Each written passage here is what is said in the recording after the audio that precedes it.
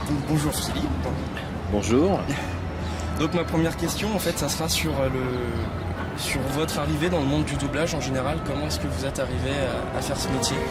Je suis arrivé en 1984, donc ça commence à dater. Mais j'étais jeune comédien à l'époque et je faisais beaucoup de théâtre auparavant. Et puis le doublage s'est développé en 84. Il y avait un premier stage professionnel, un stage à classe qui s'est ouvert aux comédiens et qui s'est ouvert destiné à la formation du doublage. Donc j'ai profité de ce stage professionnel et petit à petit j'ai fait des petites choses. Après j'ai eu la chance de travailler assez vite suite à ce stage. J'ai fait des petites choses, ce qu'on appelle des ambiances, des petits rôles. Et puis après on m'a mis sur des essais qui étaient que j'ai raté, que j'ai eu. Et bon, alors après il y a eu les essais sur Alan Alda dans la série MASH, série de la Fox. Il y a eu Shérif Fais-moi peur où je faisais le shérif Clétus dans les Duke of Hazzard là. Et puis il y a eu l'essai aussi sur Corbin Bernsen que je continue à doubler, ce comédien que je suis depuis cette époque-là.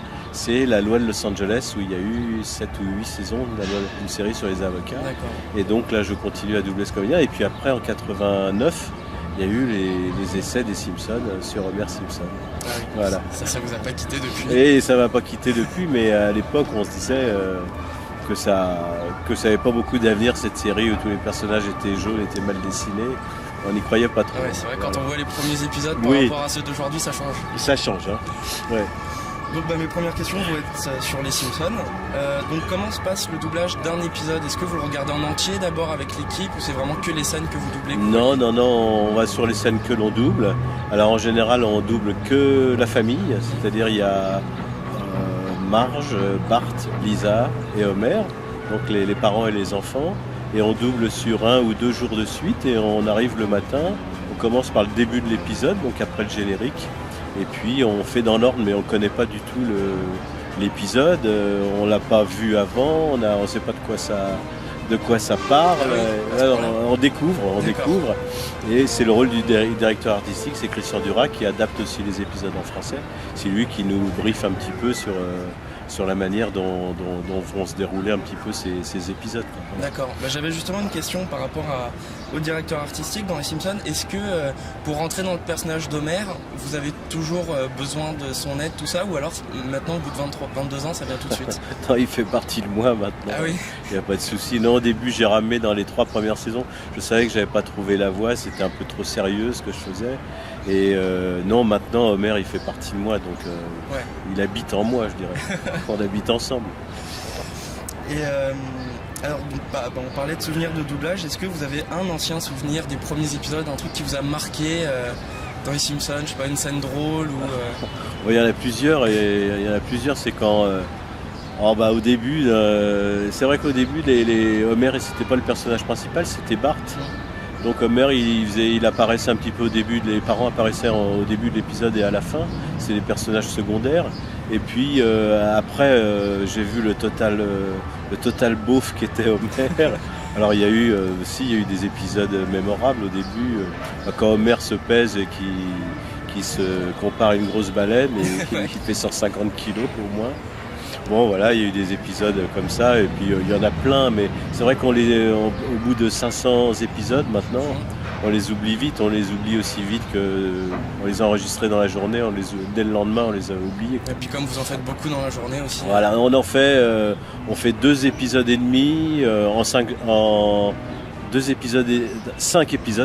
épisodes en 2 jours. D'accord. Voilà, que la famille. D'accord. Et les autres personnages se font à une autre séquence d'enregistrement, c'est-à-dire si bien qu'on ne se rencontre jamais avec le reste de l'autre équipe. Ah oui, donc du coup j'avais une question par rapport à l'autre équipe. Donc, au décès de Michel Modo, c'est Gérard Rinaldi qui l'a remplacé. Oui. Et à la fin de la saison 19, on sent qu'il essaye plusieurs voix différentes sur un même personnage, par exemple Krusty. pour se fixer sur la saison 20. Est-ce que vous avez un peu contribué à ça ou c'est vraiment que Christian Duras et lui qui ont Non, travaillé c'est que dessus? Christian Duras et lui, parce que c'était pas évident pour Gérard de reprendre les rôles de Michel Modeau, parce qu'il pouvait pas faire un vrai travail de création, il fallait qu'il se remette dans les rails de ce qu'avait fait Michel pour pas trop faire des choses trop différentes de ce qu'on connaissait, surtout sur Monsieur Burns, sur Krusty le Clown, tout ça. Donc c'était pas facile du tout pour lui. Puis il a repris les choses en vitesse. Il connaissait pas bien la série, voilà. Donc il a fait ce qu'il a pu avec vraiment en un temps record, quoi. Puis après les choses se sont installées, quoi. Voilà. Il a dû arriver en urgence. Ouais, voilà. Ça a pas dû être facile. Je le salue, Gérard, parce que malheureusement il va pas très bien, donc, voilà, donc je le salue très fort et je bois un coup à sa santé. Ensuite, j'ai une question sur le travail de Véronique Augereau, Joël Guigui et Aurélia Bruno, qui ne font que les voix de Marge, Lisa et Bart. Je voulais savoir pourquoi elles ne font pas d'autres femmes dans la série, parce qu'en fait, Brigitte Tessot fait vraiment tout, fait toutes les voix, aussi bien tous les enfants que toutes les femmes. Oui, ça arrive de temps en temps. Par exemple, Véronique a doublé Michelle Obama. Oui. Voilà, ça arrive de temps en temps. Et puis, Aurélia Bruno double aussi Milouz.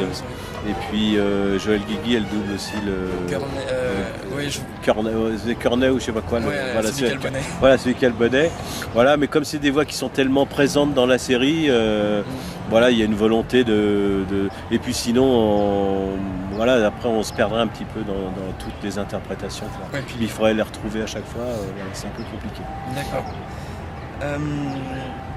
Donc, est-ce que vous avez déjà pensé à une fin pour la série? Est-ce que vous avez déjà une image, quelque chose que vous aimeriez voir, une évolution, quelque chose? Pour le moment, plusieurs fois on a parlé de la fin des Simpsons.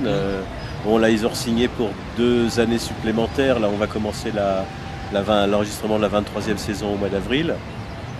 Aux États-Unis, ils ont signé pour 2 autres années, puisque la 23e saison est en diffusion aux États-Unis. Ils ont signé pour la 24 et la 25e.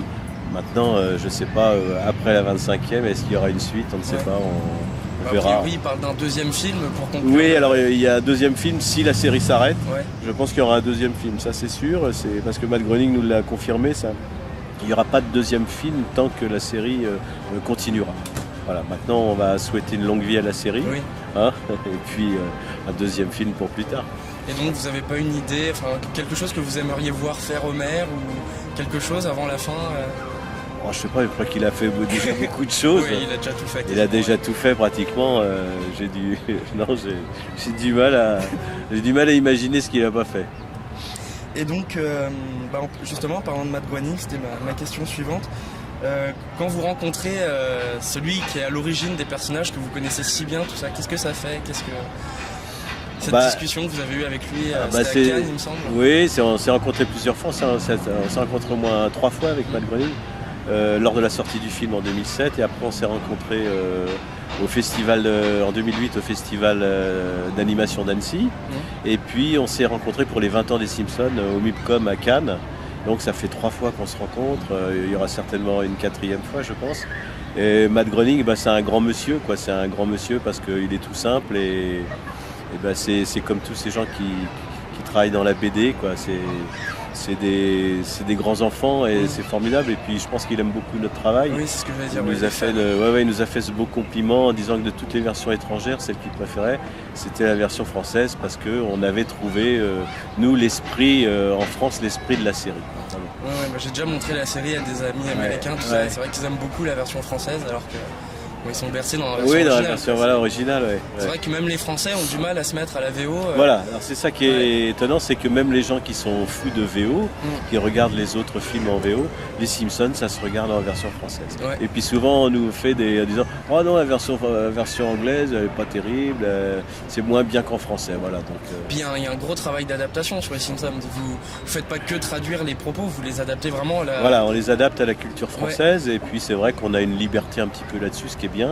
C'est-à-dire que si nous, on trouve un petit peu des choses qui nous paraissent drôles et qui restent dans l'esprit de la série, il ne s'agit pas de trahir, Mais voilà, donc on se permet des choses, des petits gimmicks qui sont propres à la version française. Je pense le fameux « Ouh, Pinesse d'Homère oui. En anglais, c'est « Oh my God », c'était beaucoup moins drôle. Au début, on disait « Oh mon Dieu oui. ». Et puis après, ça s'est transformé comme ça. C'était « Ouh, punaise ». Après, ça a été « Pinaise ».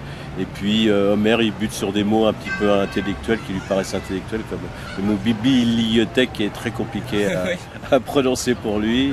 Voilà, des choses comme ça, mais qui ne sont pas dans la version originale, mais que nous on rajoute parce que on pense que c'est un petit plus et puis on s'amuse. Nous aussi, ça nous fait rire, on se dit ça fera rire le public. Voilà. Il me semble avoir lu une fois ou vu que vous aviez vous-même participé à la traduction de Spider Cochon, qu'à la base c'était Spider Porc. C'était Spider Porc qui était écrit pour le film, effectivement. Et que, donc vous-même, en tant que comédien, vous participez aussi oui, à la traduction. on a parce que sur le plateau, on s'est posé la question de Spider Porc, c'était agressif. Le mot porc, c'est pas pareil. Traiter quelqu'un de cochon que de porc. Cochon, c'est déjà plus affectueux, je dirais. Donc on a changé ça, on a rajouté un pied, puis on a trouvé sur le moment d'enregistrer des rimes en on.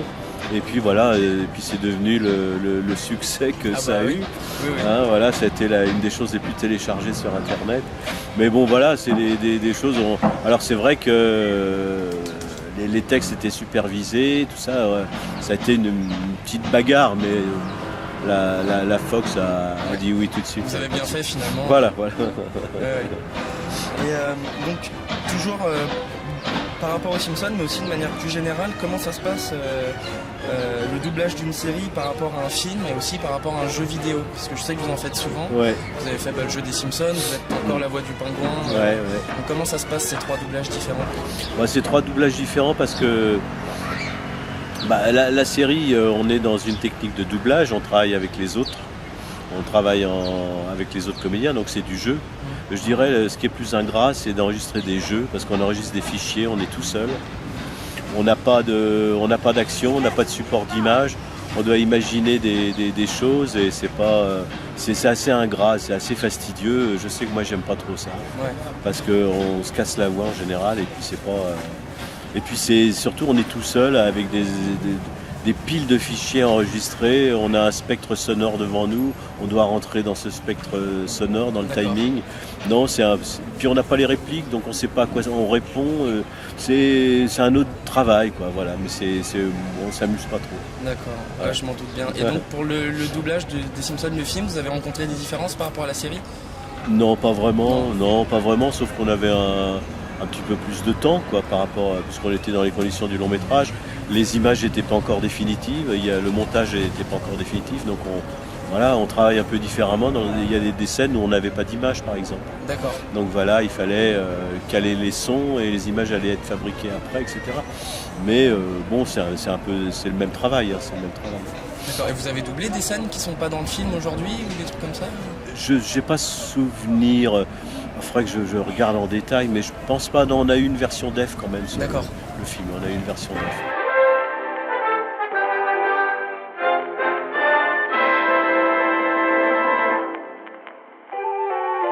Après un mois de précipitations intenses, le niveau de la Seine a atteint une hauteur exceptionnelle. La tour Eiffel a les pieds dans l'eau. Et il faut se réfugier sur la colline de Montmartre pour avoir une chance de rester un peu au sec. Donc là, j'aimerais vous parler de votre rôle de directeur artistique sur la série 24 heures chrono. Donc j'ai eu l'impression, mais peut-être que je me trompe, de vous entendre souvent dans 24 heures chrono. Mais des petites phrases de temps en temps, des personnages vraiment qu'on voyait rarement. Alors, souvent c'est des voix de journalistes ou des voix de télé. Oui. Voilà, parce que c'est toujours un petit peu compliqué à faire. Et puis comme on fait ça avec une équipe d'ambiance qui n'est pas toujours... habilité, on passe du temps. Alors c'est pour ça que je les ai faites, ces voix. Et puis parfois c'était pas toujours écrit, donc je les ai fait un peu au pied levé, un petit peu par la force des choses. Oui, après on ne fait pas forcément gaffe, quoi. C'est juste quand on a l'habitude de vous entendre qu'on s'en rend compte. Parce que c'est voix déformées, donc... Et donc en quoi ça consiste vraiment, directeur artistique sur ce genre de série? C'est un gros boulot, déjà de préparation, parce que il faut vérifier les adaptations avant, c'est ce que je fais avec la chaîne. En l'occurrence, ça c'était Canal+. Il fallait donc faire ce travail de vérification du texte français par rapport à l'anglais et par rapport au sous-titrage, puisque Canal+ diffuse aussi en VOST. Donc ça c'est un gros boulot et après il faut faire le casting des voix. le casting des voix, il faut faire le plan de travail et après il faut convoquer les comédiens et il faut diriger les comédiens sur le plateau en sachant que tout le monde n'enregistre pas en même temps. Souvent les comédiens enregistrent tout seuls, ils n'ont pas la réplique, on travaille dans le désordre, on travaillait sur 4 épisodes à la fois, donc c'est un gros boulot, il faut que tout ça, gérer le travail du directeur artistique, c'est un travail de chef d'orchestre, il doit articuler tout ça, c'est un maître d'œuvre, il doit mettre tout ça de façon à ce que ça se réponde et que c'est l'air de quelque chose. En fait. C'est un petit peu, pour la version française, quoi. Voilà, c'est ça. D'accord. Et comment ça se fait, alors un peu dans tous les films ou toutes les séries, que certains passages, des fois des bruits ne soient pas doublés. Par exemple, il y a certains, donc je reviens aux Simpsons parce que j'y pense, mais certains dos ou certains trucs comme ça qui sont pas doublés. Est-ce que c'est par rapport à la version que vous recevez ou c'est, comment ça se passe? Non, c'est parce qu'il nous est arrivé, surtout sur les Simpsons, de garder la VO dans la mesure où moi je raccorde sur la voix de Dan Castellaneta et où c'est des choses très très compliquées qui ne sont pas forcément détectées. C'est des onomatopées qui sont très très précises. Et donc on va passer un temps fou sur le plateau. Ouais. Et donc quand on peut les garder en VO, on les garde. Mais c'est assez rare, En général, je l'ai fait. C'est vraiment quand on ne peut pas faire autrement ou que c'est très très précis et où je risque de me casser la voix pour la suite de l'enregistrement. Donc on se ménage et on garde la VO quand on peut. D'accord. Est-ce qu'il y a une série ou un film, un personnage qui vous plaît particulièrement auquel vous auriez aimé prêter votre voix, que ce soit dans les Simpsons ou une autre série Non, je pense pas parce que je suis assez gâté par rapport aux comédiens que je joue. Quand je pense à Danny DeVito sur le personnage du pingouin, pour un comédien, c'est vraiment magnifique de doubler des gens comme ça. Je pense à Stephen Rea aussi. C'est des comédiens c'est des travails différents, mais c'est bien. Non, je pense à Danny DeVito parce que Danny DeVito, il est proche de Homer Simpson. Il est toujours dans l'excès. Ouais. Et à la limite, s'il y avait une série en live, je penserais bien à Danny DeVito pour Homer Simpson. Mais d'ailleurs, il y a dans le film Matilda, on est vraiment dans les Simpsons. Quand on voit le rôle de Danny DeVito, c'est Homer Simpson qui interdit à sa fille, qui est surdouée comme Lisa, de lire et de se cultiver. Bon, voilà quoi. Mais ça serait marrant que Danny DeVito vienne doubler dans la version originale des Simpsons et que du coup ça soit vous. Il est déjà venu. Il est déjà venu parce qu'il a doublé le demi-frère d'Homer. Ah oui, Herbert, c'est comme ça. Herbert, c'était Danny DeVito. Ah oui, je me souviens. Voilà, il est venu 1 ou 2 fois. Voilà, c'était Danny DeVito. D'accord. Et alors, je me souviens plus dans la version française. C'est vous qui le faisiez? Non, c'était Michel Modo. D'accord. Bah oui, parce que c'était compliqué, puis il fallait bien différencier les deux voix quand même. D'accord. Là, j'ai une question sur le doublage des films d'animation en général, en particulier chez Disney, qui utilise une sorte de star system maintenant, qui fait souvent appel à des comédiens qui sont pas du tout expérimentés dans le doublage pour faire pour prêter leur voix dans les films. Ce qui donne des fois des résultats plutôt mauvais. Je pense à Réponse où... Il y a des bons et il y a des résultats qui sont bons, puis il y a des résultats qui sont moins bons. Ouais, des fois quand il y a les chansons et du coup il y a un changement de comédien, tout ça, qu'est-ce que vous en pensez? Moi je pense qu'il faudrait mettre plutôt des comédiens qui sont habitués à jouer avec leur voix. Oui, mais alors je dirais c'est une volonté de Disney, c'est du marketing après. C'est-à-dire que les films d'animation coûtent tellement cher qu'il y a un gros budget de promotion et c'est vrai que c'est un peu comme aux États-Unis. Aux États-Unis c'est la même chose, c'est des stars qui prêtent leur voix. Donc ils ont adapté ça pour le marketing en France, c'est la même chose.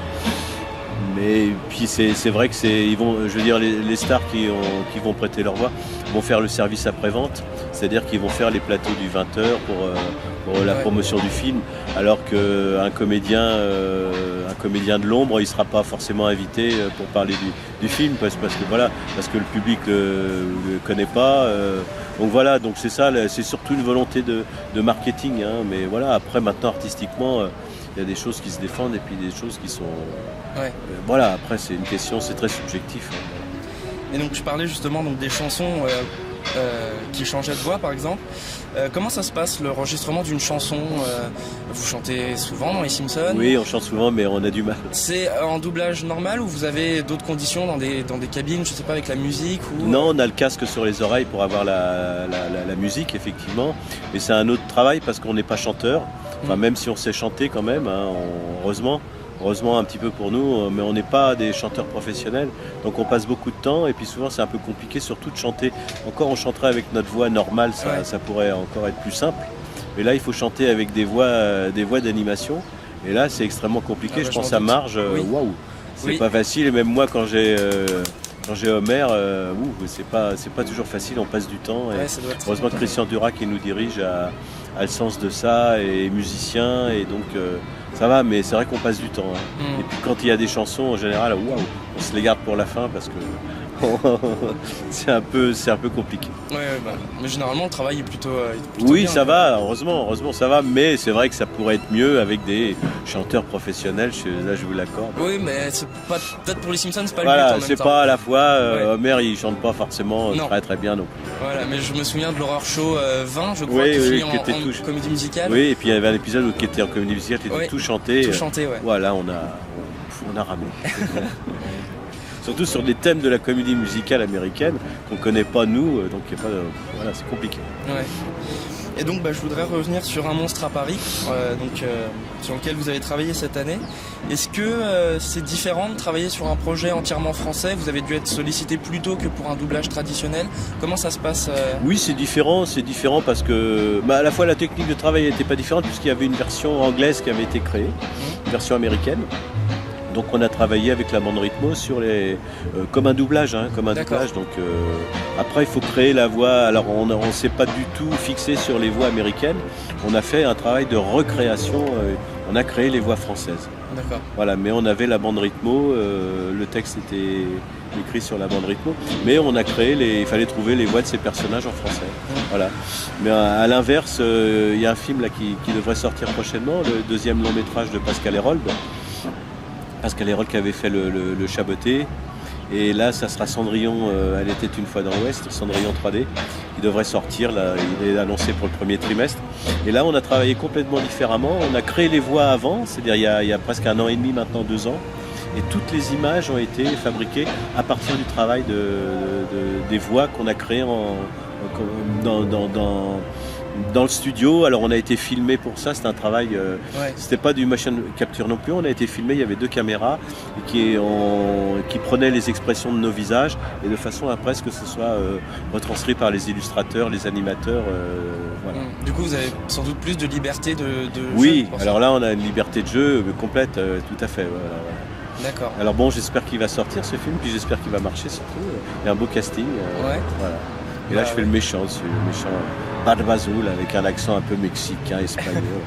Vous aimez bien faire des méchants Oui, j'aime bien parce que c'est les personnages les plus intéressants, quoi. C'est plus trouble. J'aime bien faire les personnages qui sont un peu troubles. Les héros positifs, c'est toujours un petit peu ennuyeux. Oui.